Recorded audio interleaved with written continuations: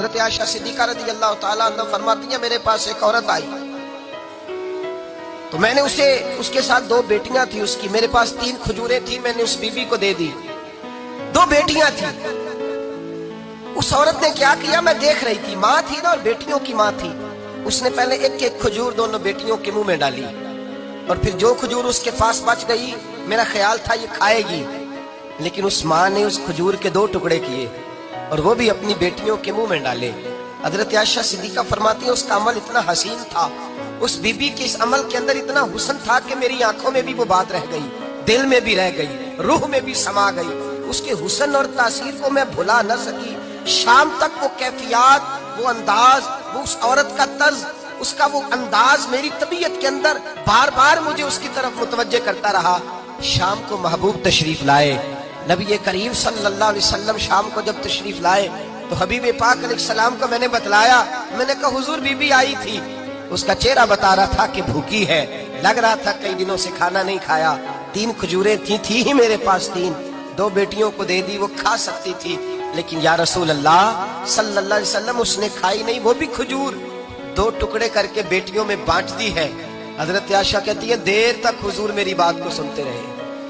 دیر تک میری طرف دیکھتے رہے، اس تصور کو، بیٹی کے پیار کے اس ذائقے دیر تک محبوب محسوس کرتے رہے، اور پھر فرمایا عائشہ جو دنیا میں بیٹیوں کی وجہ سے آزمایا جائے گا، جب قیامت کا دن آئے گا تو رب اس سے حساب نہیں لے گا، بے حساب ہی جنت میں داخل فرما دے گا۔ اللہ پھر اس سے حساب نہیں لے گا جو بیٹی کے سبب سے آزمایا جائے۔ یعنی حضور نے باپ کو کہا کہ بیٹی کو مصیبت نہ سمجھنا، اگر کبھی اس کے میکے سے جھگڑے کا پیغام بھی آ جائے، اگر کبھی دوبارہ تجھے اس کی طرف پلٹ کر جانا بھی پڑے، میرے نبی پاک صلی اللہ علیہ وسلم سے کسی صحابی نے کہا تھا یا رسول اللہ بہترین صدقہ کون سا ہے؟ حضور بہترین صدقہ کون سا ہے؟ وہ میرا مال جو اللہ کے راستے میں خیرات کروں تو رب مجھے زیادہ اجر عطا کرے، وہ کون سا ہے؟ تو میرے نبی پاک نے فرمایا اگر تیری بیٹی واپس لوٹ آئی طلاق کی وجہ سے یا بیوہ ہو کر واپس آ گئی اور تجھے اس لوٹنے والی بیٹی پر کچھ خرچ کرنا پڑا